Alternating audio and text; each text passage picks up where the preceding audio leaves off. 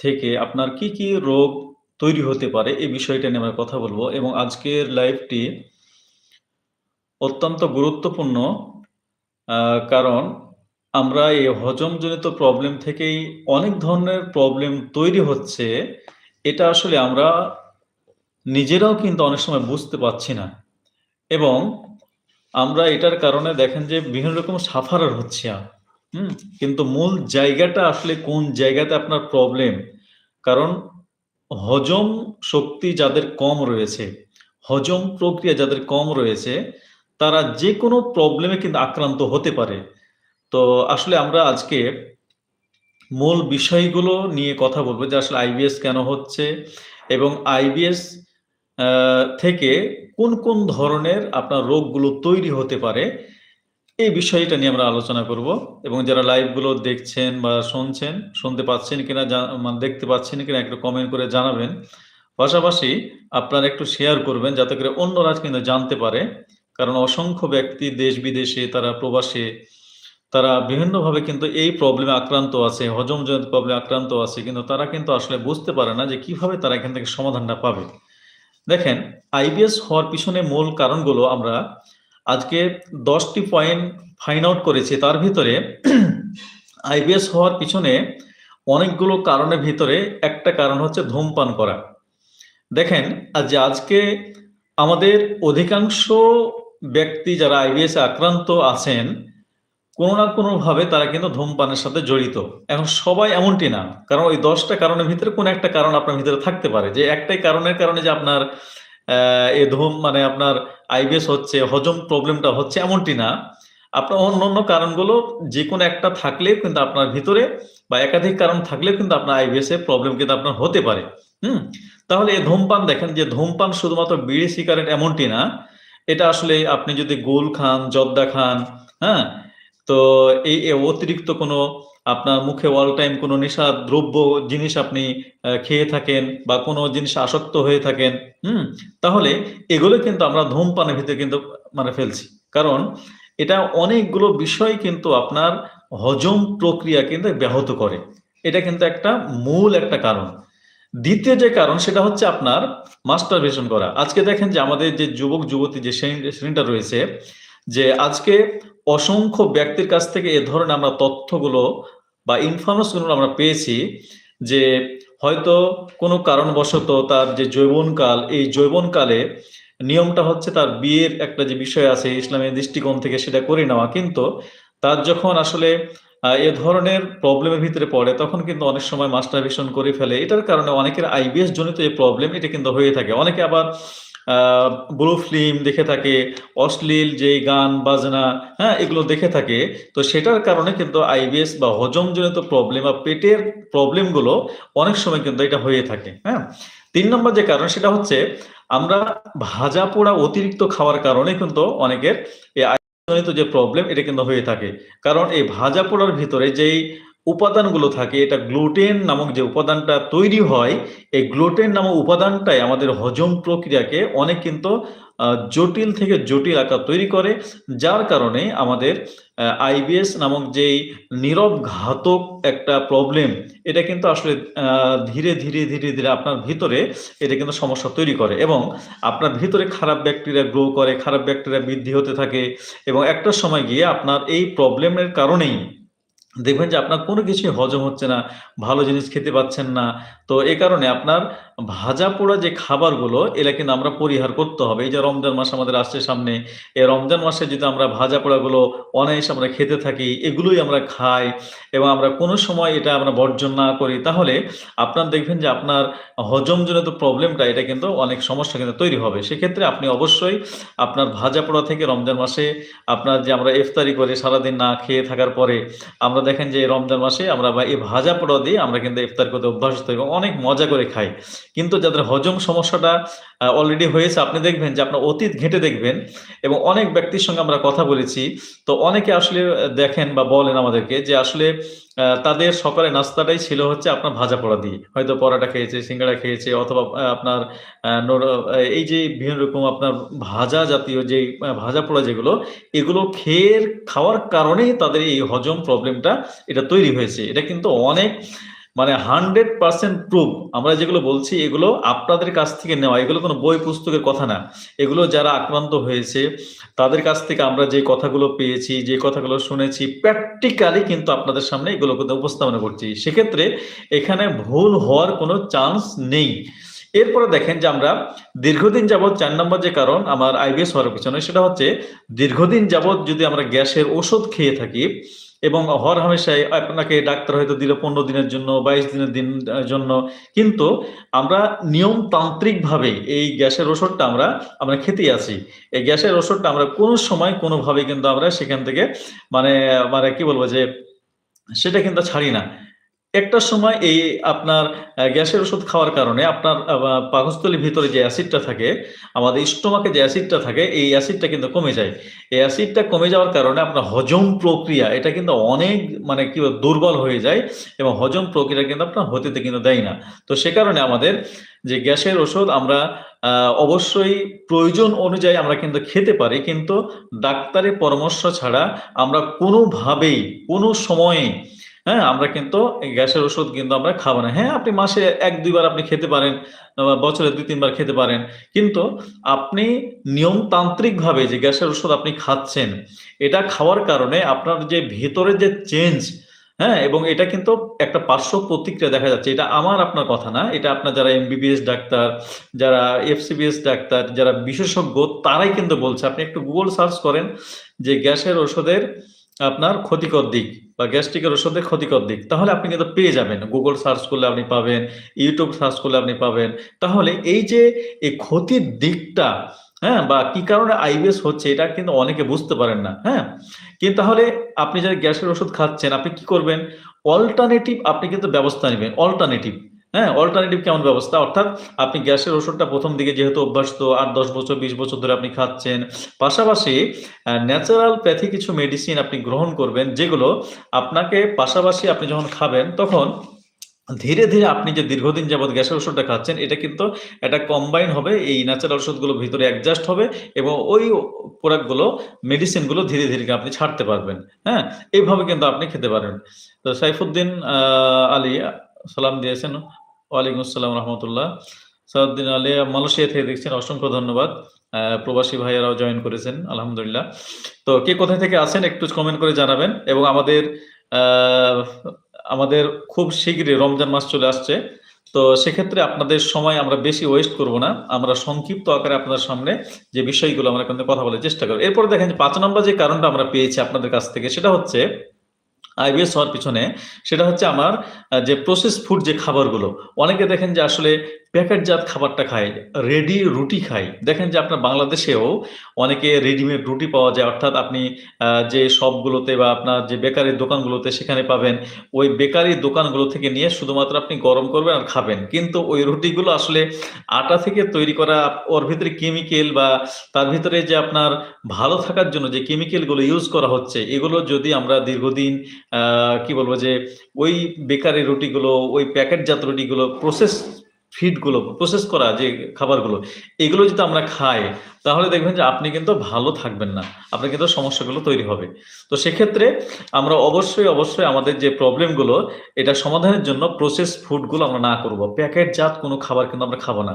আপনি যদি একজন বাঙালি হন, তাহলে ৩ বেলা আমাদেরকে যা ভাত যেটা আছে, এটাই যদি আমরা খাই, অল্প পরিমাণে খাই, লাল চাউল খেতে পারি, কালো চাউল খেতে পারি এবং আপনার অনলাইনে আপনি পাহাড়ি যে অনেক জুমে যেই চাউলগুলো চাষ হয়, হ্যাঁ? ওগুলো আমরা নিয়ে খেতে পারি।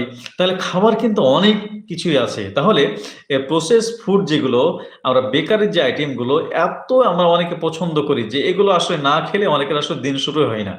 হ্যাঁ? অনেকে আসলে সকালে যে সে একটা বিস্কিট খেয়ে নিল, একটা চা খেয়ে নিল, হ্যাঁ?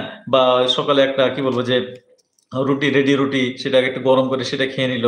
তাহলে এই যে আপনি সময় বাঁচানোর জন্য বা আপনার সময়কে যেহেতু আপনার নেই, আপনি চাকরিজীবী বা আপনি কর্মজীবী, তো সেক্ষেত্রে এই যে আপনি একটা ভুল কাজ করছেন, এটার কারণে আপনার হজম প্রবলেমটা কিন্তু হয়ে যাচ্ছে। এটা হয়তো আপনি মাথায় রাখেন যে আপনার কি কারণে হচ্ছে। আপনি কারণগুলো আমরা যে ১০ টা কারণ বলব, এই কারণের ভিতরে কোনো না কোনো কারণ আপনার ভিতরে কিন্তু আছে। তাহলে ওই কারণটা আপনি বর্জন করলে দেখবেন যে ধীরে, ধীরে আপনি কিন্তু এখান থেকে বের হয়ে আসতে পারবেন। এরপর এরপরে দেখেন যে 6 নম্বর যে কারণ আমরা সেটা হচ্ছে আমাদের অ্যান্টিবায়োটিক আমরা কিন্তু ডাক্তারের পরামর্শ ছাড়া খাচ্ছি। দেখেন আমরা যখন অ্যান্টিবায়োটিক খাই, হরহামেশা অ্যান্টিবায়োটিক খাই, তো এটার কারণে আমাদের যে পেটের যে ভালো ব্যাকটেরিয়া অর্থাৎ উপকারী যে ব্যাকটেরিয়া যেগুলো আমাদের হজম প্রক্রিয়াকে অনেক ভালো করে, আমাদের উপকার করে, ত্বকের উপকার করে, আমাদের আমাদের বিভিন্ন রকম শরীরে যে অর্গানগুলো আছে সেগুলোর উপকার করে, হজম প্রক্রিয়াটাকে অনেক ভালো রাখে। তো যখনই আমরা অ্যান্টিবায়োটিক আমরা হরহামেশা খাই, তখনই কিন্তু আমাদের এই সমস্যাগুলো, পেটের হজমজনিত প্রবলেমগুলো, এই আইবিএস নামক যে প্রবলেমগুলো সেগুলো কিন্তু আমাদের হয়ে যায়। তো সেক্ষেত্রে অনেকে আসলে মনে করেন যে আসলে অ্যান্টিবায়োটিক তো আমার প্রবলেম হয়েছে আমি খাচ্ছি। কিন্তু আপনি মনে রাখবেন যে অ্যান্টিবায়োটিকের বিকল্প হিসেবে ন্যাচারাল প্যাথি যেটা রয়েছে, ন্যাচারাল অ্যান্টিবায়োটিক যেটা রয়েছে সেটা কিন্তু আপনি খাবেন। যেমন আপনার হলুদে অ্যান্টিবায়োটিক রয়েছে, আপনার হলুদ চা বা হলুদটা আপনি খেতে পারেন, মাঝে মধ্যে খেতে পারেন। এটা ন্যাচারাল অ্যান্টিবায়োটিক হিসেবে কাজ করবে। আল্লাহ তাআলা যে আমাদেরকে যে মসলাগুলো যেগুলো দিয়েছে, হ্যাঁ? লং, এলাচ, দারুচিনি, এরপরে হচ্ছে আপনার এগুলো আপনি আদা, এগুলো আপনি খেতে পারেন। তাহলে এগুলো কিন্তু আপনার অ্যান্টিবায়োটিক হিসেবে কিন্তু এগুলো কিন্তু আপনার কাজ করবে। তাহলে আপনার প্রবলেম অনুযায়ী কিন্তু আপনি কিন্তু এভাবে কিন্তু আপনি মানে আপনি নিজেকে একটু মানে চেষ্টা করবেন যতটুকু সম্ভব অ্যান্টিবায়োটিক জরুরি প্রয়োজন ছাড়া আপনার মানে ডাক্তারের পরামর্শ ছাড়া কখনোই এগুলো খেতে যাবেন না। এগুলো খাওয়ার কারণে দেখবেন যে আপনার এই হজম প্রক্রিয়াটা গুড ব্যাকটেরিয়া, উপকারী ব্যাকটেরিয়া এটা কমে যাওয়ার কারণে আপনার সমস্যাটা তৈরি হচ্ছে। সেক্ষেত্রে অবশ্যই আমরা এই অ্যান্টিবায়োটিক থেকে, হ্যাঁ? আমরা এখান থেকে অবশ্যই আমরা কিন্তু বিরত থাকবো। হুম? এরপরে আপনার ৭ নম্বর যে কারণটা আমরা পেয়েছি সেটা হচ্ছে সকালে নাস্তাতে অনেকে দুধ চা আমরা খাই। অনেকে আছে এরকম, অনেক আমাদের নারীদেরকে পেয়েছি, অনেক মা-বোনদের পেয়েছি, অনেক ছেলেদেরকে পেয়েছি। ছেলেরা কম, নারীরা বেশি। তো অনেকে সকালে দুধ চা খায়। তো দুধে কি ক্যাসিন রয়েছে, আর বিস্কিটে কি গ্লুটেন রয়েছে, তাহলে গম থেকে তৈরি সেটা। তাহলে এই যে গ্লুটেন আপনার ক্যাসিন দুটোই আপনার পেটকে আপনার ইরিটেট করে ফেলছে, আপনার অস্বস্তিকর বোধ তৈরি করে ফেলছে, আপনার সমস্যাটা আরো জটিল করে ফেলছে, আপনার হজম প্রক্রিয়াটা অনেক মানে কি বলবো যে ত্বরান্বিত করছে। তো সেক্ষেত্রে হয়তো আপনার এখন এজটা কম, আপনার স্ট্রংনেস আছে, আপনার হয়তো এনার্জি আছে, আপনার রোগ প্রতিরোধ ক্ষমতা বেশি আছে। তো এই কারণেই আপনার হয়তো এখন প্রবলেম করছে না। কিন্তু আপনি দেখবেন যে যারা দীর্ঘদিন ১০-৫ বছর, ২০ বছর আপনার দুধ চা খেয়েছেন, বিস্কিট, চানাচুর সকালে নাস্তা দিয়ে শুরু করেছেন বা পরোটা, সিঙ্গাড়া এগুলো খেয়েছেন, তাদের মাস্ট বি তাদের হজম প্রক্রিয়া কিন্তু এটা শুরু হবে। যেমন এক ভদ্র মহিলাকে আ গতকাল পেলাম যে গত পরশুদিন পেলাম যে উনি মূলত শুধুমাত্র দুধ চা খান। আমি জিজ্ঞেস করতে তার কিন্তু স্ট্রংনেস 39 ইয়ার্স তার এজ। তো উনি কিন্তু ওই এজেও আলহামদুলিল্লাহ খুব ভালো স্ট্রংলি আছে এবং অনেক স্বাস্থ্যবান, মানে স্বাস্থ্যের প্রতি অনেক যত্নশীল। তো উনাকে প্রশ্ন করার ক্ষেত্রে আমি বললাম যে আসলে মানে কোন জায়গাতে তার প্রবলেম? তো প্রবলেমটা আমি ধরতে পারলাম যে তার কিন্তু দুধ চা খেয়ে অভ্যস্ত তিনি এবং দুটো দুধ চা খায়। সকালে একবার খাওয়ার পরে আর রাত্রে একবার।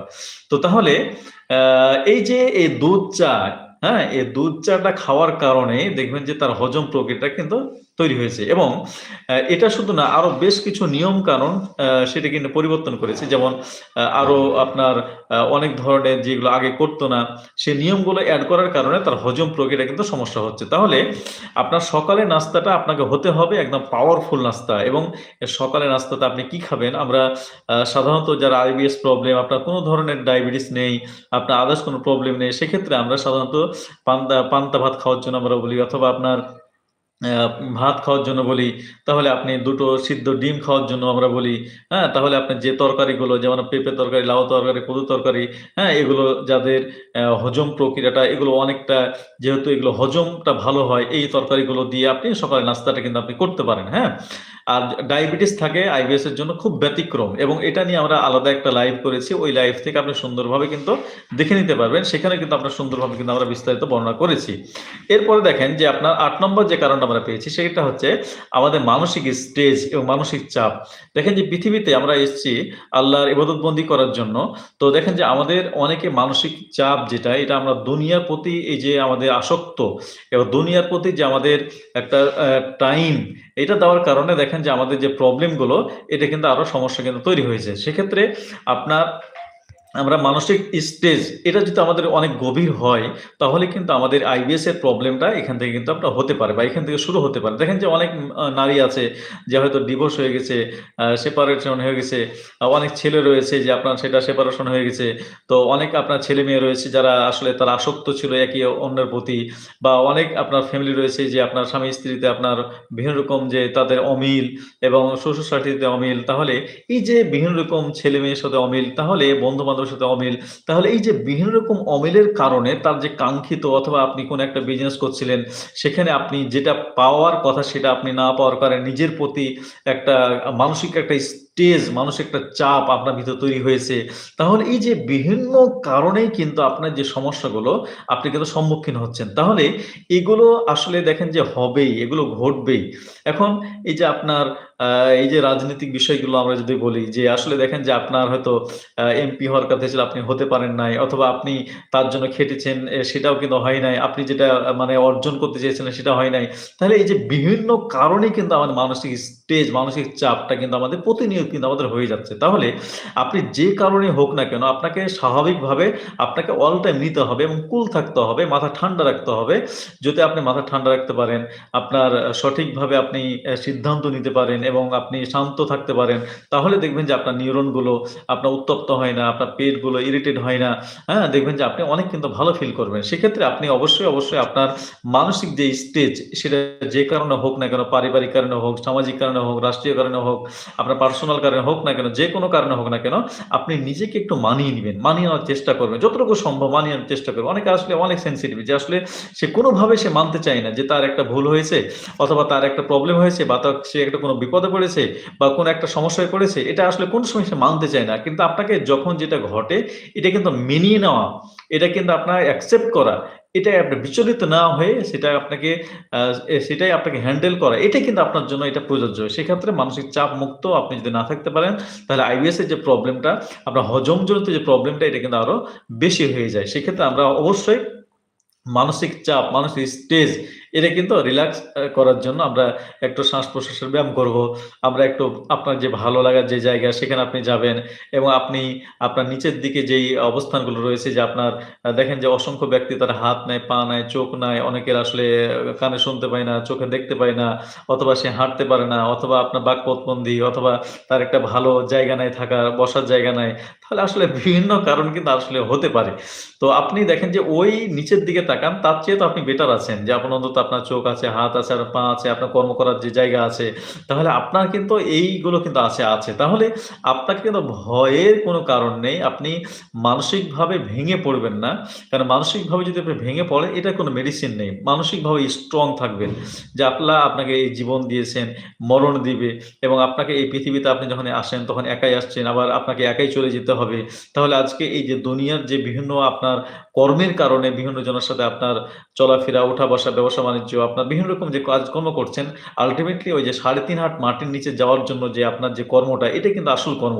তো সেদিকে লক্ষ্য যদি আপনি রাখতে পারেন, সেদিকে ফোকাস রাখতে পারেন, তাহলে আপনার দেখবেন যে দুনিয়ার যে আসক্তিবোধ, এটা কিন্তু আপনার ধীরে কিন্তু কমে যাবে। সেক্ষেত্রে আমরা মানসিক স্ট্রেস আপনার মুক্ত জীবন অবশ্যই গড়তে হবে। যদি আপনি না করতে পারেন তাহলে IBS এর প্রবলেম কিন্তু আপনার হতে পারে। ৯ নম্বর যে কারণ সেটা হচ্ছে আমরা সঠিক খাদ্য অভ্যাস। আজকে দেখেন যে সঠিক খাদ্যাভ্যাস আমরা কেউই কিন্তু আপনার মানতে চায় না যে আসলে আমাদের হজম সমস্যা হয়েছে। কিন্তু হজম সমস্যাটা বা যে আপনার IBS টা কোথা থেকে হয়েছে এটা আমরা কিন্তু নিজেরা বুঝতে পারি না। সেটা হচ্ছে সঠিক খাদ্য অভ্যাস। যেমন আপনার চাউলটা হতে হবে সঠিক, আপনার যে তেলটা হতে হবে সঠিক, আপনার যে মসলাগুলো খান, ধনিয়ার গুঁড়া খান, আপনি আপনার জিরার গুঁড়া খান, যে আপনার হলুদের গুঁড়া খান, এগুলোর ভিতরে যদি কোনো ধরনের গমের আটা মিশ্রিত হয়, অথবা আপনার কোনো ধরনের ভেজাল প্রমাণিত হয় বা কেমিক্যাল দিয়ে আপনাকে দেওয়া হয়, তাহলে কিন্তু আপনার বা প্লাস্টিক চাউল আপনি খান, প্লাস্টিক মাছ আপনি খান, প্লাস্টিক আপনার মাংস খান।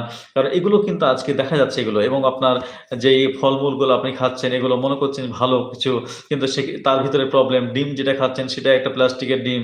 হ্যাঁ? তাহলে এই যে আমাদের বিভিন্ন রকম যে খাদ্যগুলো আমরা প্রতিনিয়ত খাচ্ছি, এবং ইভেন কি যে পানিটা খাচ্ছি, এই পানিটা তো আল্লাহ তাআলা আমাদেরকে সুন্দরভাবে নিচ থেকে দিচ্ছে। একদিন যদি পানিটা বন্ধ করে দেয়, তাহলে চিন্তা করেছি যে আমাদের কি ঘটতে পারে? তাহলে এই যে আমরা বিভিন্ন রকম যে আমরা জিনিসগুলো পাচ্ছি, আল্লাহ তাআলা আমাদেরকে দিচ্ছেন, তাহলে এইগুলো আমাদের একদম 100% পিওর হওয়া চাই। আপনি ডাক্তারের কাছে সময় না দিয়ে, আপনি টেস্টের প্রতি যে সময়টা ইনভেস্ট করছেন সেখানে না দিয়ে, এগুলো আপনার পিওর হওয়ার ক্ষেত্রে আপনি এই জায়গাতে ইনভেস্ট করেন। এই জায়গাতে আপনি প্রচুর পরিমাণে সময় দেন যে আপনি চাউলটা কিভাবে ভালো করা যায়, আপনার মাছ-মাংসটা কিভাবে ভালো করা যায়, আপনার মসলাগুলো কিভাবে ভালো করা যায়, তেলটা কিভাবে ভালো করা যায় এবং কোনটা আপনি খেলে আপনার জন্য ভালো হবে। এইগুলোর দিকে আপনি ভালো মানে একটা ফোকাস রাখেন।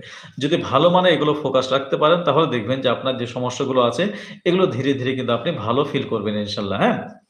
এরপরে দেখেন যে আমরা ১০ নম্বর যে কারণ আমরা পেয়েছি সেটা হচ্ছে আমাদের সঠিক সময়ে না ঘুমানো। হ্যাঁ?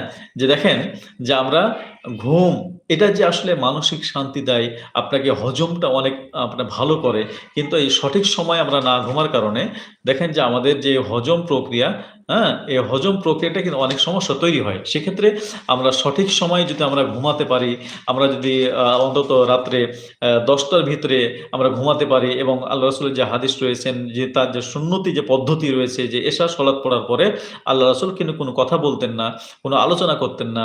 হ্যাঁ? তার প্রধান কাজ ছিল যে এশার আগে মানে দুনিয়াবি যত কাজ রয়েছে, যত রকম কর্ম রয়েছে, ইবাদত বন্দেগী রয়েছে সেগুলো কিন্তু এশার আগে কিন্তু সেরে ফেলতেন। খাওয়া-দাওয়া থেকে শুরু করেন সবকিছুই।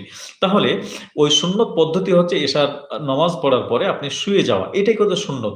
তাহলে আজকে আমাদের এই প্রবলেমগুলো আমাদের কিন্তু আমাদের তৈরি হচ্ছে আইবিএস বা হজমজনিত প্রবলেম তৈরি হচ্ছে সেটা হচ্ছে আমাদের এই যে আমরা সঠিক সময়ে সঠিকভাবে আমাদের না ঘুমাতে যাওয়ার কারণে এবং ঘুমাতে যাওয়া আসলে দেখছি আমরা মোবাইল স্ক্রল করছি, আমরা দেখছি Facebook দেখছি, YouTube দেখছি, আপনার TikTok দেখছি এবং আপনি হারিয়ে গেছেন। আপনি কি এত সংবাদ দেখে আপনি শেষ করতে পারবেন? এত আপনি যেই খবর এটা কি আপনি শেষ করতে পারবেন? আপনি এত নাটক বা এত আপনার যে বিভিন্ন রকম যে আমাদের প্রতিনিয়তই যে বিভিন্ন রকম আমাদের সামনে যেগুলো আসছে, হ্যাঁ? এগুলো তো আমরা দেখে শেষ করতে পারব না। তাহলে আপনি যদি দেখা শেষ না করতে পারেন তাহলে আপনি কেন দেখছেন? তাহলে এই জায়গাতে আপনাকে নিজের নফসকে কন্ট্রোল করতে হবে এবং এই নফসকে কন্ট্রোল করার জন্য আমাদের সামনে যে রমজান মাসটা আসছে এটা কিন্তু অনেক গুরুত্বপূর্ণ। এটা অনেক গুরুত্বপূর্ণ। তো সেক্ষেত্রে আমরা এই বিষয়গুলো এই ১০ টা বিষয় দেখেন যে আপনি আপনার ভিতরে আছে কিনা? সংক্ষিপ্ত আবার বলি যে আপনার দেখেন ধূমপান। এই ধূমপান এটার কারণে আইবিএস হতে পারে, আপনার মাস্টারবেশনের কারণে আইবিএস হতে পারে, আপনার ভাজা-পোড়া বেশি খেলে আপনার আইবিএস হতে পারে, গ্যাসের দীর্ঘদিন ওষুধ খেলে আইবিএস হতে পারে, প্রসেস ফুড খেলে আইবিএস হতে পারে, অ্যান্টিবায়োটিক খেলে আপনার আইবিএস হতে পারে, সকালে নাস্তায় দুধ চা বা রুটি বা আপনার বিস্কিট খেলে আইবিএস হতে পারে, মানসিক স্টেজে যদি থাকেন তাহলে আইবিএস হতে পারে, সঠিক খাদ্য যদি আপনি না খান তাহলে আইবিএস হতে পারে, সঠিক সময়ে যদি আপনি না ঘুমান তাহলে কিন্তু আপনার আইবিএস হতে পারে। তাহলে এগুলো দেখবেন যে আপনার বিস্তারিত আমরা বলছি, আপনার ভিতরে কোন কারণটা রয়েছে?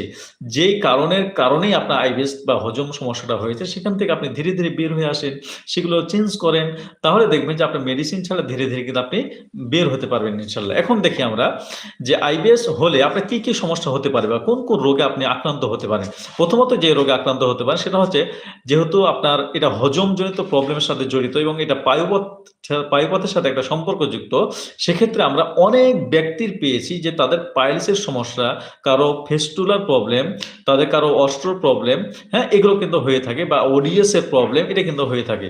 এবং এই ওডিএস জনিত প্রবলেমের কারণে আসলে দেখেন যে আপনি যখন ডাক্তারের কাছে যাচ্ছেন, আপনার ওডিএস অপারেশন করে আপনার ১ থেকে ২ লক্ষ, ১.৫ লক্ষ টাকা দিয়ে আপনি অপারেশন করাচ্ছেন, তাৎক্ষণিক স্টার অপারেশন করাচ্ছেন। এগুলোর কারণে আপনার কিন্তু মানে কি বলবো যে আপনি যতটুকু টাকা ছিল বা গরু বা গহনা বা আপনার যেগুলো ছিল অথবা বিদেশ থেকে যে কামাই করে আপনি টাকাটা নিয়ে এসেছেন যে সঞ্চয়টা করেছেন আপনার ছেলে-মেয়েদের জন্য, ভবিষ্যতের জন্য, সেই টাকাটা আপনি নিঃশেষ করে দিয়ে আপনি কিন্তু নিঃস্ব হয়ে যাচ্ছেন। এবং আপনি হয়তো সাময়িক ২, ৫, ৭ দিন ভালো থাকছেন, আপনার কিন্তু জটিলতা তৈরি হচ্ছে। সেক্ষেত্রে আপনার যদি এ ধরনের প্রবলেম হয়ে থাকে আপনার পাইলস বা ওডিএস বা ফেস্টুলা এবং ফেস্টুলা বলতে কি অনেকের আসলে ওই যে পায়ুপথে পুজ তৈরি হয়, ফোড়া তৈরি হয়, এটা ফেটে যায়, আবার রসকস বের হয়, কিছুদিন ভালো থাকে আবার কিন্তু সমস্যা তৈরি হয়, হ্যাঁ? তো এভাবে কিন্তু চলতে থাকে, কন্টিনিউয়াস চলতে থাকে। তাহলে এই ব্যক্তিগুলো দেখেন যে তাদের মিষ্টির প্রতি একটা ঝোঁক থাকে সাধারণত এবং একটা সময় তার ডায়াবেটিসের একটা লক্ষণ থাকতে পারে এবং সে দেখবেন যে গতকাল একজন ব্যক্তির সাথে কথা বললাম, তার কিন্তু জিলাপি দেখলে সে কিন্তু নিজেকে স্থির রাখতে পারে না। অর্থাৎ গরম জিলাপি যেখানে দেখবে সেটা খাওয়া চাই। তাহলে এই যে তার ফিস্টুলার প্রবলেম এবং পাশাপাশি আইবিএস এর প্রবলেম। তাহলে এই যে আইবিএস এর প্রবলেম যখন দীর্ঘদিন আপনার ভিতরে থাকবে, হজমজনিত প্রবলেম যখন দীর্ঘদিন থাকবে তখন আপনাকে পায়ুপথের যে সমস্যাগুলো এগুলো কিন্তু হবে। কারণ এটা তো নাড়িভুড়ি তো আপনার একদম আ পায়ুপথ পায়ুপথ পর্যন্ত বিস্তীর্ণ। এটা আপনার এটা হজমটা সেখান থেকে হয়। তাহলে আপনার যেকোনো সমস্যা কিন্তু পাইলসের সমস্যা এগুলো ওডিএসের প্রবলেম এবং পায়ুপথে ব্যথা বা পায়ুপথে জ্বালাপোড়া, হ্যাঁ? বা পায়ুপথে অস্বস্তিকর বোধ, হ্যাঁ? এইগুলো কিন্তু আপনার তৈরি হতে পারে। এটা কিন্তু কোথা থেকে হচ্ছে? এই হজমজনিত প্রবলেম থেকে হচ্ছে কিন্তু, হ্যাঁ? এটাকে আপনি খেয়াল রাখবেন। সেক্ষেত্রে আপনার মূল জায়গাটা হজমের যে প্রবলেমটা এটা আপনাকে যদি আপনি না সারিয়ে শুধুমাত্র ওই যে আপনার যে প্রবলেমটা হয়েছে পায়ুপথে এটা যদি আপনি সারাতে চেষ্টা করেন, তাহলে সাময়িকভাবে আপনি ভালো হলেও এটা স্থায়ী কিন্তু হবে না। দেখবেন যে ৬ মাস, ১ বছর ও ২ বছর ভালো আছেন। আবার ১ বছর ২ বছর পরে ৮ মাস ৯ মাস পরে আবার কিন্তু আপনার প্রবলেম তৈরি হচ্ছে। যেমন ধরেন সাপোজ আপনার ওডিএস অপারেশন করলেন। আপনি কমেন্ট করেন যারা ওডিএস অপারেশন করেছেন, যে ওডিএস অপারেশন করে কতজন ব্যক্তি স্থায়ীভাবে ভালো আছেন? এটা আপনি কমেন্টে জানাবেন। আসলে তারা কিন্তু বেশিরভাগই কিন্তু ভালো থাকে না। হ্যাঁ? তাহলে অপারেশন করে যদি আপনি ভালো নাই থাকেন বা ১, ২ লক্ষ, ৩ লক্ষ টাকা খরচ করে যদি আপনি ভালো নাই থাকেন, তাহলে আসলে করার তো আসলে প্রয়োজন আমরা মনে করি না। তাহলে তার অল্টারনেটিভ যে আপনার আইবিএস-সি যে কোষ্ঠকাঠিন্য যে আইবিএস রয়েছে, আমরা ওডিএস এর যে গাইডলাইনটা দিচ্ছি, এটা যদি সঠিক উপায়ে সঠিকভাবে ফলো করেন, তাহলে এটা 100% কিন্তু ভালো হওয়ার পসিবিলিটি রয়েছে ইনশাআল্লাহ। যদি আল্লাহ আপনাকে সহায় থাকে। এরপরে দেখেন যে আমাদের আরেকটা যে সমস্যা তৈরি হয় সেটা হচ্ছে যৌন প্রবলেম বা শারীরিক দুর্বলতা এটা কিন্তু তৈরি হয়। দেখেন যে আমাদের সেক্সুয়ালি প্রবলেম এটা কিন্তু আপনার হরহামেশা প্রত্যেকটা ঘরে আছে। দেখেন যে আপনার আইবিএস-ডি রয়েছে, পাতলা নরম অমাশা বারবার টয়লেট যেতে হচ্ছে। হ্যাঁ? আপনাকে বারবার আ মিউকাস চলে যাচ্ছে। আপনার হজম প্রক্রিয়া হচ্ছে না সঠিকভাবে। তো খাবারের যে পুষ্টি, এই পুষ্টি গুণটা সঠিকভাবে আপনি পাচ্ছেন না। এখন মনে করছেন যে এটা আসলে আপনার শারীরিক প্রবলেম। তো আসলে আপনি এই শারীরিক দুর্বলতার জন্য যখন আপনি অন টাইম কোনো মেডিসিন খাচ্ছেন, সাময়িকভাবে একটু ভালো লাগলো। এটা আপনাকে ভিতর থেকে আপনাকে কিন্তু এই যে প্রবলেমটা, হ্যাঁ? শারীরিক দুর্বলতা এটা কিন্তু আরো নিম্ন দিকে কিন্তু আপনার নিয়ে যাচ্ছে। একটা সময় কোনো মেডিসিনই কিন্তু আপনার কাজ করছে না। তো সেক্ষেত্রে আপনার মূল জায়গাটা আইবিএস-ডি যদি থাকে, আইবিএস-ডি আপনি আগে ভালো করেন, হজম প্রক্রিয়া ভালো করেন। যখন হজম প্রক্রিয়া আপনার ভালো হবে, তখন দেখবেন যে খাবারের যে পুষ্টি এটা সঠিকভাবে আপনার অর্গানগুলোতে সরবরাহ করবে। সেখান থেকে কিন্তু আপনার হজম প্রক্রিয়া বা শারীরিক দুর্বলতা যেটা আপনার ফিল করছেন, এটা কিন্তু অটোমেটিক্যালি ভিতর থেকে কিন্তু চলে যাবে। তো সেক্ষেত্রে আপনাকে অবশ্যই আপনাকে যে প্রবলেমটা আছে, আপনার আইবিএস-ডি হোক, আইবিএস-সি হোক, আইবিএস-এম হোক, আইবিএস-ইউ হোক, যেই পর্যায়ে থাক না কেন, আপনাকে ওই জায়গাটা আগে সমাধান করে আপনাকে যদি আপনি শারীরিক দুর্বলতা যেটা, এটা আপনি কাটাতে চান, তাহলে ওই জায়গাতে ফোকাস করে আপনাকে এই জায়গাগুলো আপনাকে ভালো করতে হবে। তাছাড়া আপনি অস্থায়ী ভালো হবেন, স্থায়ী কিন্তু আপনার হবে না। এরপরে দেখেন যে আমাদের ওজন কিন্তু কমে যায়। হ্যাঁ? এটা ওজন কমায় যে একটা রোগ না। যে আসলে আমাদের ওজন কমে যাচ্ছে এটা নিয়ে মানসিক চাপ, স্ট্রেস, অনেকের বিয়ে-শাদীর একটা বিষয় সেটা হচ্ছে না। অনেকে আপনার হ্যাংলা-পাতলা বলছে, আপনার অফিস আদালতে বিভিন্ন সমস্যা তৈরি হচ্ছে। তাহলে এই যে আপনার ওজন কমে যাওয়া, যদিও এটা আসলে বহির্বিশ্বে যারা রয়েছে, চাইনিজ যারা রয়েছে, আপনার জার্মানি যাদের রয়েছে, তাদের দেখেন ওজনটা আসলে তেমন ম্যাটার করে না। তারা সুস্থতার দিকে কিন্তু ফোকাস করে। কিন্তু আমরা যারা বাঙালি রয়েছি, তারা কিন্তু ওজনের দিকে অনেক মারাত্মক কিন্তু আমরা ফোকাস করি যে যদি আমাদের ওয়েট লস আমাদের 75 আছে, যদি আপনার 70 হয়ে যায় বা 67 হয়ে যায়, তাহলে আসলে আমরা কিন্তু ভেঙে পড়ি যে আসলে কি হলো? হ্যাঁ? তাহলে এই যে আইবিএস থাকলে, হ্যাঁ? এই আপনার ওজন কমে যাওয়া এই প্রবলেমটা কিন্তু আপনার কিন্তু হতে পারে বা এটা কিন্তু আমরা 95% কিন্তু ব্যক্তির কাছে আমরা কিন্তু পেয়ে থাকি। এরপর দেখেন যে শরীরে আপনার ভিটামিন ডি, আপনার ম্যাগনেসিয়াম এবং অন্যান্য ভিটামিন, মিনারেলের কিন্তু ঘাটতি দেখা যায়। কারণ ওই যে খাবার থেকে তো আপনি পুষ্টিগুলো পাবেন। সাধারণত এই খাবার থেকে পুষ্টিগুলো না পাওয়ার কারণে দেখবেন যে আপনার শরীরের যে বিভিন্ন রকম ঘাটতিগুলো হচ্ছে, এগুলো কিন্তু হয়ে যাওয়ার কারণে আপনার ভিটামিন ডি যখন আপনি পরীক্ষা করাবেন, তখন ভিটামিন ডি লেভেলটা আপনি কম পাবেন। যখন আপনি ম্যাগনেসিয়াম পরীক্ষা করাবেন, সেটা ম্যাগনেসিয়াম আপনি কম পাবেন। ভিটামিন 12 এর ঘাটতি আপনার হয়ে যাবে এবং অন্যান্য ঘাটতিগুলোর কারণেই মূলত আপনার শারীরিক যে দুর্বলতা, এটা কিন্তু আপনি ফিল করবেন। সেক্ষেত্রে আপনার অবশ্যই আপনাকে আইবিএস এর যে প্রবলেমটা এটার সমাধান না করে যদি আপনি ভিটামিন, মিনারেল এটা হাজারও খান, বছর খান, সাময়িক একটু হয়তো ভালো লাগবে, এটা কিন্তু স্থায়ী কিন্তু হবে না। সেক্ষেত্রে আপনাকে ফোকাস দিতে হবে আপনার হজম প্রক্রিয়াটা এটাকে উন্নত করা। এরপরে দীর্ঘদিন যদি আপনার আইবিএস থাকে তাহলে সেখান থেকে আইবিএস থেকে ডাইভার্ট হয়ে এটা কিন্তু আইবিডি তে রূপান্তরিত হতে পারে। অর্থাৎ ইনফ্লামেশন বাওয়েল ডিজিজ এটা কিন্তু একটা ডিজিজে চলে যেতে পারে। আইবিএস কোনো রোগ না। কিন্তু এই আইবিএস থেকে আইবিডিতে রূপান্তরিত যখন হবে, তখনই কিন্তু এটা রোগ ধরা হয়। যেমন আপনার আইবিডি ২ প্রকার। একটা হচ্ছে আলসার কোলাইটিস, একটা ক্রোনস ডিজিজ। তো আলসার কোলাইটিসের সাধারণত আইবিএস ডি এর মতো লক্ষণ থাকে। যেমন আপনার পাতলা নরম আমাশা থাকে এবং ব্লাড অনেক সময় যায় তাদের পায়ুপথ দিয়ে, হ্যাঁ? পায়ুপথ দিয়ে ব্লাড যায় এবং আপনার দেখা যায় যে আপনার ব্লাড যাওয়ার কারণে তার যে হিমোগ্লোবিন সেটাও কিন্তু কমে যায়। তাহলে এই প্রবলেমগুলো কিন্তু তার কিন্তু হয়ে থাকে। সেক্ষেত্রে অবশ্যই আপনার অথবা যে ক্রোনস ডিজিজ যাদের রয়েছে তাদের কিন্তু আপনার তাদেরও কিন্তু হিমোগ্লোবিন অনেক সময় কমে যায়। তার পেটে কিন্তু ব্যথা থাকে। তাহলে এই যে প্রবলেমগুলো আপনার হচ্ছে, আপনি মনে করছেন যে আইবিডি এমনিতে হয়েছে আপনার? হ্যাঁ? আইবিডি তো এমনিতে হয় না। কারণ আপনি দীর্ঘদিন যাবত আপনি গ্যাসের ওষুধ খাচ্ছেন, অ্যান্টিবায়োটিক খাচ্ছেন। আপনার ভেতরে সমস্যা হয়েছে বিধায় তো আইবিডির প্রবলেমটা আপনার ধীরে ডাইভার্ট হয়েছে। কিন্তু আপনি যদি লাইফস্টাইলটা ১ম থেকে আপনি মেইনটেইন করতেন, একটু ভালো থাকতেন, হ্যাঁ? তাহলে কিন্তু এই আইবিডির দিকে আপনার যেত না। অনেকের কিন্তু আমরা এই ধরনের কমপ্লেইন কিন্তু আমরা পাচ্ছি। এটা আমার আপনার কথা না, এটা প্র্যাকটিক্যাল, এটা বই পুস্তকের কথা না, এটা আমরা প্র্যাকটিক্যালি পাচ্ছি এবং এটা একটা গবেষণাপত্রেও কিন্তু আমরা সেটা উল্লেখ করেছি যে আইবিএস থেকে আইবিডিতে রূপান্তরিত হতে পারে। এটা একটা গবেষণায় কিন্তু এটা প্রমাণ কিন্তু মিলেছে, এটা যেটা আমরা গত একটা লাইভে কিন্তু আমরা বলেছিলাম। হ্যাঁ, এরপরে হচ্ছে এইচ পাইলোরি পজিটিভ কিন্তু হতে পারে। কারণ দীর্ঘদিন যাবত যখন আপনার আইবিএস থাকবে, এইচ পাইলোরি আপনার যখন পরীক্ষা করাবেন তখন আপনি দেখবেন যে H pylori positive. H pylori positive মানে আপনার জটিল কোনো কিছু না। এটা আসলে অনেকে মারাত্মকভাবে নেয় এবং সাধারণত অ্যালোপ্যাথিক যে সিস্টেম বা আধুনিক মেডিকেল যে সিস্টেম সেখানে আপনার ত্রিফল থেরাপি দেওয়া হয়। আপনাকে ৭ দিন বা ১৪ দিনের একটা কোর্স দেওয়া হয়। এই কোর্স দেওয়ার পরে আপনি ১৫-২২ ১ মাস পরে যখন আপনার আবার পরীক্ষা করাবেন এইচ পাইলোরিটা তখন কিন্তু নেগেটিভ হয়ে যাবে। তো নেগেটিভ হওয়ার কারণে আপনি কিন্তু মহাখুশি হয়ে যান এবং আপনার যে পেটের যে সমস্যাগুলো ছিল এটা কিন্তু অনেক ভালো ফিল করেন। তো একটা সময় ভালো ফিল করতে গিয়ে দেখেন যে আপনার কোনো সমস্যা নেই। অনেক বেটার, অনেক ভালো আছেন। হ্যাঁ? অনেক সমস্যা আপনার কোনো কিছু নেই। কিন্তু এই যে আপনি ভালো মনে করলেন, আবারও আপনি আগের মতো জীবনযাপন করছেন, আগের মতো খাওয়া-দাওয়া করছেন, আগের মতো আপনি মিষ্টি খাচ্ছেন, আপনার বাইরের খাবার খাচ্ছেন, ভাজা-পোড়া খাচ্ছেন, আপনি বাইরের যত রকম আপনার ঘুম অনিয়মিত আপনি পারছেন, আপনি দুধ খাচ্ছেন, মিষ্টি খাচ্ছেন। এই যে অনিয়ন্ত্রিত জীবনযাপন করার কারণে এই যে খারাপ ব্যাকটেরিয়া আপনার পেটে ছিল, এটাকে যে আপনি অ্যান্টিবায়োটিক খেয়ে ধ্বংস করেছেন, ট্রিপল থেরাপিতে ধ্বংস করেছেন, ওরা আবারও কিন্তু আপনার বাসা বাঁধে। আবার কিন্তু চলে আসে। তো আপনি ৬ মাস পরে আবার কিন্তু সমস্যা আক্রান্ত হলে আবার কিন্তু মনে করেন যে যেহেতু আগের মতো প্রবলেম হয়েছে আপনার ডাক্তারের কাছে আবার গেলেন। ডাক্তারের কাছে যাওয়ার পর আবারও কিন্তু আপনাকে বলল যে কোনো প্রবলেম নাই। আলহামদুলিল্লাহ আপনি ভালো আছেন। এই যে এই কোর্সটা শেষ করেন, ইনশাআল্লাহ দেখবেন ভালো থাকবেন। এরপরে আপনি ২ বছর পর্যন্ত বেশ ভালোই আছেন। ২ বছর পরে দেখলেন যে আপনার ওই যে এইচ পাইলোরি থেকে যেহেতু খারাপ ব্যাকটেরিয়া সেখানে গ্রো করেছিল, এটাকে আপনি যেহেতু জোর করে দমন করার চেষ্টা করেছেন এবং আপনি জোর করে বের করে দেওয়ার চেষ্টা করেছেন, কিন্তু ও ব্যক্তি কিন্তু আপনাকে ক্ষতি করবেই। ক্ষতি করবে। কারণ পেটের যখন আপনি কি জোর করে তাকে বের করার চেষ্টা করবেন, আপনার ক্ষতি না করে সে কিন্তু যাবে না। তো সেক্ষেত্রে ওই ব্যক্তিকে যদি আপনাকে বের করতে হয়, এইচ পাইলোরি যে খারাপ ব্যাকটেরিয়া এটাকে আপনাকে সমূলে ধ্বংস করতে হয়, তাহলে আপনাকে কৌশল অবলম্বন করতে হবে। যে কৌশলটা আমরা এর আগেও বলেছি। কি কৌশল? সেই কৌশলটা হচ্ছে আপনি ১ম এ যে কাজটা করবেন সেটা হচ্ছে ধরেন আপনার উদাহরণ দিয়েছি যেমন এই রুমটাতে ধরেন ভালো ব্যক্তি আছে ১০ জন।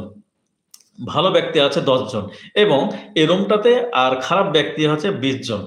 এখন এই খারাপ ব্যক্তিগুলো এগুলো হচ্ছে এইচ পাইলোরি অর্থাৎ খারাপ ব্যাকটেরিয়া, হ্যাঁ? তাহলে এই ২০ জন যে খারাপ ব্যক্তি রয়েছে, এখন আপনার ওই ঘরে দেখবেন যে ধীরে ১০ জন ব্যক্তি যে ভালো ছিল, ওখান থেকে তার সবার তো মন মানসিকতা ভালো না। ধীরে ওই ব্যক্তিগুলোকে তাদের দলে কিন্তু নিবে। অর্থাৎ খারাপের দিকে নিয়ে যাবে। তো ধীরে কিন্তু ভালো সংখ্যা কিন্তু কমতে থাকবে, খারাপটা কিন্তু বাড়তে থাকবে। হ্যাঁ? এটা একটা বিষয় ঘটে। তো আপনি যখন কোনোভাবেই ১০ জন ব্যক্তি যদি জোর করে ওই ২০ জন ব্যক্তিকে বের করে দেন, তাহলে ওই ২০ জন ব্যক্তি সহজে কিন্তু বের হবে না। বের হলেও আপনার কোনো ক্ষতি করে কিন্তু সে ব্যক্তি বের হবে। সেক্ষেত্রে আপনি তাকে বের করার জন্য আপনাকে যেটা করতে হবে ধীরে তাকে দাওয়াত দিতে হবে। অর্থাৎ খারাপ যে আছে তাকে ভালোর দিকে আহ্বান করতে হবে। পাশাপাশি আপনাকে যদি ভালোর দিকে আহ্বান করে তাকে আপনি নিয়ে আসতে পারেন, তার দলে নিয়ে আসতে পারেন অথবা আপনি কৌশল অবলম্বন করে আপনি 1 বাই 1 তাকে বের করতে পারেন, হ্যাঁ? তাহলে দেখবেন যে এটা একটা সমাধান। কিন্তু আপনি যদি জোর করে বের করেন এটা কিন্তু সমাধান হবে না। তাহলে মেইন সমাধানটা হচ্ছে যে পেটে যে আপনার ওই যে ১০ জন ব্যক্তি ভালো ছিল, এই ১০ জন ব্যক্তিকে যেকোনো উপায়ে যেকোনো মাধ্যম দিয়ে তাদের সংখ্যাটা বাড়াতে হবে। অর্থাৎ ভালো ১০ জন আছে, ১২ জন করতে হবে, ১৫ জন করতে হবে, আমরা ১৬ জন করতে হবে। যদি নাই পারে তাহলে আপনাকে এই যে খারাপ যেই দিকটা রয়েছে, খারাপ যে ব্যাকটেরিয়া রয়েছে, এই স্পাইরাল যেটা রয়েছে এটা কিন্তু সমূলে কিন্তু ধ্বংস আপনি করতে পারবেন না। যদিও যায় সেটা সুপ্ত অবস্থায় কিন্তু থেকে যায়। সেক্ষেত্রে সুপ্ত অবস্থায় থেকে যায়। তো সেক্ষেত্রে আমাদের যে সামাজিকতা এটা কিন্তু আপনার আছে যে গ্রামে একজন ব্যক্তি খারাপ রয়েছে, আপনি হয়তো ১০ জন ব্যক্তি খারাপ তাকে আপনি হয়তো কোনোভাবে দমন করলেন। কিন্তু একটা সময় কিন্তু সে আবার মাথাচাড়া দিচ্ছে। সে কিন্তু আবার মাথাচাড়া দিবে। তাহলে আপনাকে সেখান থেকে ভালো করতে হলে আপনার ভেতরে পেটের ভিতরে যে উপকারী ব্যাকটেরিয়া, হ্যাঁ? এটা কিন্তু বাড়াতে হবে। এটা কিন্তু বাড়িয়ে ফেলতে হবে। তো উপকারী ব্যাকটেরিয়া কিভাবে বাড়াবেন? সেটা আপনার প্রোবায়োটিক সমৃদ্ধ খাবারগুলো খেতে হবে, প্রিবায়োটিক সমৃদ্ধ খাবারগুলো খেতে হবে। আপনাকে সঠিকভাবে ঘুমাইতে হবে, সঠিক আপনার খাবার খেতে হবে, খাবারে ভেজাল থাকা যাবে না এবং ব্যায়াম করতে হবে, মানসিক প্রশান্তি চর্চা করতে হবে এবং আপনি ভালো কাজে সম্পৃক্ত হতে হবে, বাজে কোনো কাজ করা যাবে না। তাহলে এই কাজগুলো যখন আপনি করবেন তখন পেটের যে পরিবেশটা, ভালো পরিবেশটা এটা ধীরে, ধীরে ইনক্রিজ হবে। সেটা ভালোভাবে অবস্থান তৈরি হবে। তখন দেখবেন যে আপনার খারাপ ব্যাকটেরিয়াটা ধীরে, ধীরে অটোমেটিক্যালি চলে যাবে। তাহলে এই পথ অবলম্বন না করে যদি আপনি এই স্পলেরকে হাজারো থেরাপি দেন, হাজারো অ্যান্টিবায়োটিক খান, তাহলে সাময়িক হয়তো আপনি ভালো হবেন। একটা সময় কিন্তু এগুলো আলসারে কিন্তু রূপান্তরিত হবে। সেক্ষেত্রে অবশ্যই আমরা সাবধানে থাকবো। এই স্পাইলোরি যদি হয়ে থাকে তাহলে আমরা এটা অ্যান্টিবায়োটিক খেলেও আপনি পরবর্তী যে লাইফস্টাইল এটা কিন্তু আপনি ভালো মতো আপনি কিন্তু আপনাকে আয়ত্ত করতে হবে, আপনাকে ফলো করতে হবে। যদি আপনি ফলো করেন, আপনি ভালো মতো এগুলো দেখেন তাহলে দেখবেন যে আপনার সমস্যাগুলো কিন্তু চলে যাবে। এরপরে আমাদের আরেকটা মেইন একটা প্রবলেম সেটা হয় আইবিএস থাকলে দীর্ঘদিন যাবৎ সেটা হচ্ছে অ্যালার্জির প্রবলেম তৈরি হয়। অ্যালার্জির প্রবলেম দেখেন যে আমাদের কোনো খাবারে অ্যালার্জি হচ্ছে, আপনি মাংস খাচ্ছেন অ্যালার্জি হচ্ছে, আপনি ডিম খাচ্ছেন অ্যালার্জি হচ্ছে, আপনি বেগুন খাচ্ছেন অ্যালার্জি হচ্ছে। তাহলে এই যে অ্যালার্জি জনিত যে প্রবলেম অর্থাৎ কোন অ্যালার্জি বিভিন্ন ক্রাইটেরিয়া হতে পারে। যেমন দেখেন যে অ্যালার্জি বলতে কি? যে ধরেন ২ জন বন্ধু। এখন ২ জন বন্ধু যে একজন বন্ধুকে আরেকজন বন্ধু দেখতে পারে না। কোন কারণবশত হয়তো আপনার দেখতে পারেন। তো এখন দেখেন যে একজন আরেকজনের প্রতি অ্যালার্জি। অর্থাৎ সে ব্যক্তি যখন তার সামনে দাঁড়ায় তাকে আর ভালো লাগে না। হুম? সেটা অ্যালার্জি। এখন আপনি ধরেন আপনি বেগুন খেলেন। এখন বেগুন খাওয়ার পরে বা আপনি মাংস খেলেন, মিট খেলেন। আপনি খাওয়ার পরে যখন আপনার পেটে এটা কিন্তু ওই যে ভিতরে নিচ্ছে না, হ্যাঁ? সেই হজম করার জন্য যে ক্যাপাসিটি এবিলিটি দরকার এটা পাচ্ছে না। অথবা আপনার সেটা লিকি গার্ড হয়ে সেটা আপনার রক্তের সঙ্গে মিশে যাচ্ছে তার উপাদানটা। তখনই কিন্তু এই যে আপনার আইবিএস এর প্রবলেম বা এই যে অ্যালার্জি জনিত প্রবলেম এটা কিন্তু দেখা যাচ্ছে। তাহলে এই যে অ্যালার্জি এবং আইজিজি আপনি টেস্ট যদি করান তাহলে কিন্তু আপনার এই যে অ্যালার্জির প্রবলেমটা আসলে কোন খাবারে আপনার অ্যালার্জি রয়েছে বা আপনার অ্যালার্জির পরিমাণটা সাধারণত আসলে কতটুকু আছে, ডায়াবেটিস যেমন একটা পয়েন্ট রয়েছে, আপনার উচ্চ রক্তচাপের যে একটা পয়েন্ট রয়েছে, হ্যাঁ? স্বাভাবিক একটা মাত্রা রয়েছে। তার চেয়ে হিমোগ্লোবিন একটা মাত্রা রয়েছে। তো ওই মাত্রাটাও দেখবেন যে আপনার অতিরিক্ত হয়ে গেছে।